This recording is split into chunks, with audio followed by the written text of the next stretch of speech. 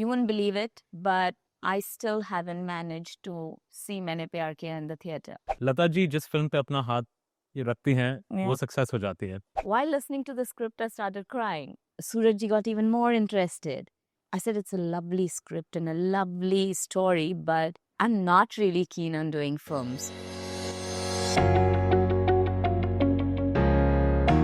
मैंने प्यार किया is the first film I ever saw.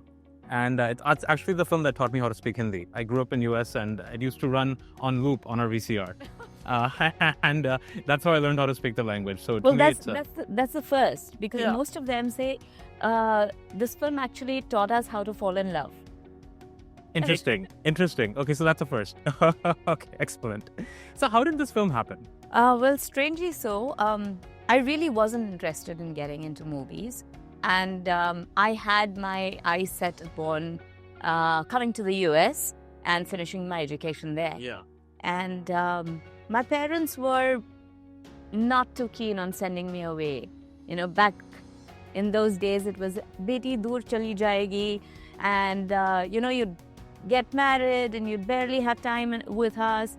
So, no, stay put. We don't want you to go abroad. So, I was right here. And I did a small stint in a TV serial called Kachi Gu. Huh? Yeah. So, I guess Raj Babu saw me, and he was almost like a father figure. Yeah. And he's the one who suggested my name to Surajji. And since he and my father knew each other, both of them came home. The scenario was really like a boy coming to see a girl, you know. In true Rajshri style. Totally. जैसे garden में there was this whole table set up with tea, coffee, nashta, everything. On one side, me and my parents. On the other side, Raj Babu and Surajji. And he says, well, my son's just starting off a film. And why don't we do that? Let the children go and talk on their own. So it was like really, I had no clue what was coming. Sure. And we went into the other room and Surajji started narrating the story to me. And it was so similar to my own state of mind at that point of time, because I was in love with Himalay and my parents were opposing at that point of time. So while listening to the script, I started crying. And Surajji got even more interested. And I said, it's a lovely script and a lovely story, but I'm afraid I'm not really keen on doing films. And he said, why so? And I said, I couldn't really tell him a reason. So I said, script mein na ye problem hai. So that's the reason I don't want to do it. So he said, okay. And he went back. And then he came again after about 10 days. And he said, I'll narrate the script all over again to you. Okay. And I told him another problem this time. So he went back again. And then he came again. So this continued for about 7 times till finally there was no reason for me to say no. And that's how Maine Pyar Kiya happened. Wow. Wow. So when you met him first time, was it a full 3-hour narration or like a quick story synopsis? No. The complete thing, though it didn't take him 3 hours to narrate it. Right. Yeah. But we sat for about an hour.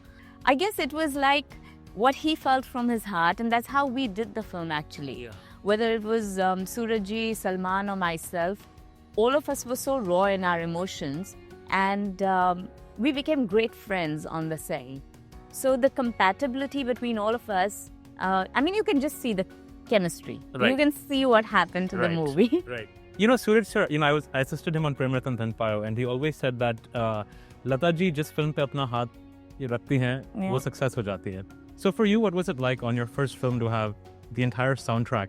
Your voice was Lata Mangeshkar. What was that like? You know, strangely, so I wasn't so much in awe of her. Yeah. Reason being that my father had worked with her, and she held my father in great regard because we come from the same town, Sangli, which is my hometown, and we belong to the royal family. So the interaction between my father and Lataji was known to me as a child.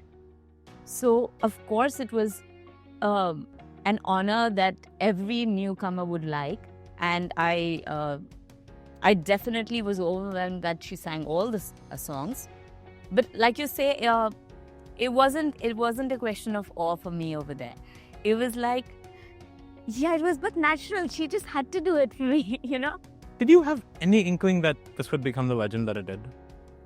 No, I mean, all of us were putting in hard work, so we all prayed for its success and wanted it to be successful.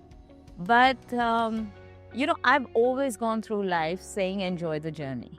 So for me, it was like, was I really enjoying what I was doing? And I was. I was really having such a great time on set and interacting with everyone. And like I said, that we all were putting in hard work. So it always helps when it's appreciated. But no, not in our wildest dreams could we have ever imagined something like this. So why do you think it's still so relevant today? I think it's a simple love story. Everything that touches the heart stays forever. You know, you'd never forget your first love.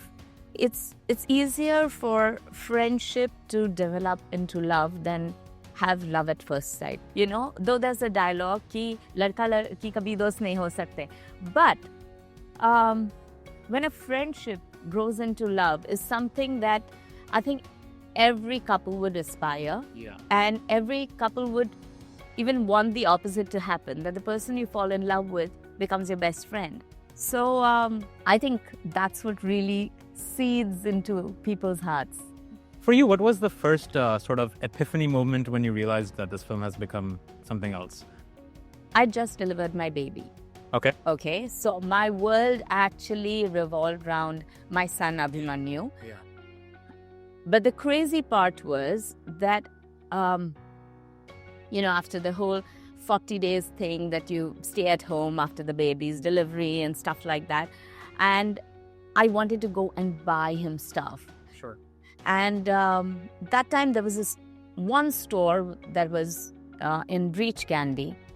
And I said, okay, just let me go and buy stuff for my baby. And I went there and I had no clue, but the crowd was unmanageable outside, and they broke the entire store. And I had to be escorted through the gate, you know, from where the staff comes in and out. And they said, you know, we'd love you to buy stuff from here, but we can't handle the crowd. And then, I mean, I was staying in a building at that point of time. So the entire staircase would be full of flowers every single day. Postman हुआ करते थे उस दिन. So these guys would carry sacks of letters, you know, on their backs, you know, like Santa Claus. Yeah. And come and just throw the sacks. And they said, you know what, for every delivery, we need a 100-rupee note because this is so goddamn heavy. And of course, you wouldn't believe it, but I still haven't managed to see Maine Pyar Kiya in the theatre. Why is that? Like I said, at that point of time, I delivered a baby. Sure. So my in-laws and everyone said this was a very vulnerable time and we don't want you to get hurt and we don't want you to go there. And after that, the euphoria was so much that there was no way that, you know, even with police protection, they said, you know what, it's avoidable. So you'd rather go and see it in a small theatre or, you know, a private screening. So I've never really managed to see it with the audience. Wow. That's really one thing that I'd miss. Yeah. The first day of shoot was actually in a temple premise, so it was very surreal. After every shot, I would go to my makeup room and howl and cry. Every man wanted to find a girl like Suman. Yeah. I guess in all this, the only person who got really lucky was Himalay. Yeah.